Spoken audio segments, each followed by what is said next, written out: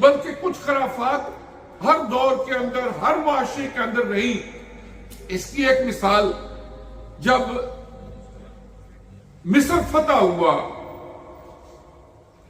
علامہ جلال الدین سیوطی رحمۃ اللہ علیہ نے تاریخ الخلفاء میں اس واقعے کو لکھا ہے۔ جب مصر فتح ہوا، حضرت عمر فاروق رضی اللہ تعالیٰ عنہ کا دور خلافت تھا، تو کچھ وقت ایسا آتا تھا کہ دریائے نیل وہ خشک ہو جاتا تھا، پانی اس میں بہنا ختم ہو جاتا تھا۔ اس زمانے کے اندر جو بھی لوگ تھے، جس مذہب کو بھی ماننے والے تھے، ان کی ایک بیہودہ رسم تھی۔ وہ کیا تھی کہ ایک نوجوان لڑکی کو ذبح کر کے اس کے اندر پھینکتے، اور ان کا عقیدہ یہ ہوتا کہ جب ہم ایک نوجوان لڑکی کو ذبح کر کے اس میں قربانی دیں گے، پھینکیں گے، تو اب یہ دریائے نیل چل پڑے گا۔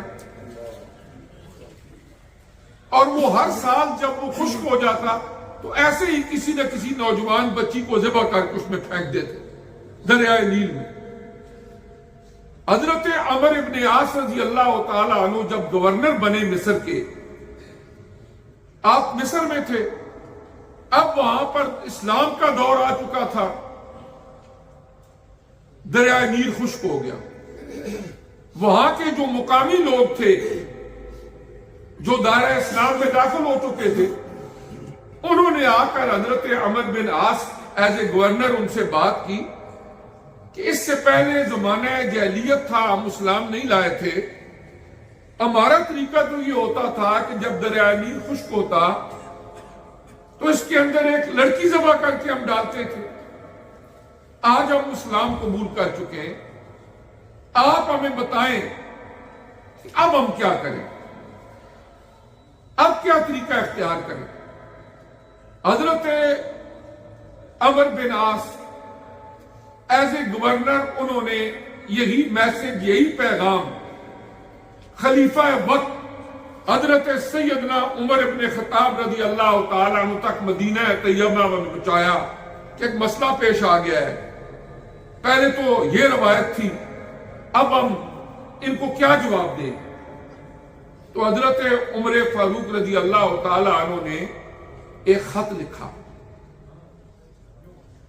وہ خط بھی علامہ جلال الدین سیوطی رحمۃ اللہ علیہ نے تاریخ الخلفاء کے اندر درج کیا ہے۔ اس خط کی پوری ورڈنگ بھی آپ نے لکھا، یہ اللہ کے ایک بندے عمر بن خطاب کی طرف سے خط ہے دریائے نیل کے نام۔ آپ نے فرمایا یہ خط لے جاؤ اور جا کے دریائے نیل میں پھینک دو، اور پھر اس کے بعد دیکھنا جو بھی ہونا ہوگا۔ اس خط میں آپ نے کیا لکھا؟ اس خط میں لکھا کہ اے دریائے نیل، اگر تو خود ہی چل رہا ہے، تو یہ چلانے والا کوئی نہیں ہے، تو پھر تیری مرضی، چل یا نہ چل، تیرے اندر پانی ہو یا نہ ہو، ہمارا کوئی سروکار نہیں۔ لیکن اگر تجھے چلانے والا میرا رب ہے، اللہ کی ذات ہے، تو پھر اس کا ایک بندہ تمہیں حکم دیتا ہے تو چل پر، اور تیرے اندر پانی کی روانی ہو۔ وہ خط پہنچا، اور جب دریائے نیل میں پھینکا تو علامہ جلال الدین سیوطی رحمۃ اللہ علیہ فرماتے ہیں کہ اسی وقت دریا کے اندر پانی چلنا شروع ہو۔ یعنی مسلمان بندے کا عقیدہ توہمات پر نہیں ہوتا، بلکہ اللہ تبارک و تعالی کی ذات پر ہوتا ہے۔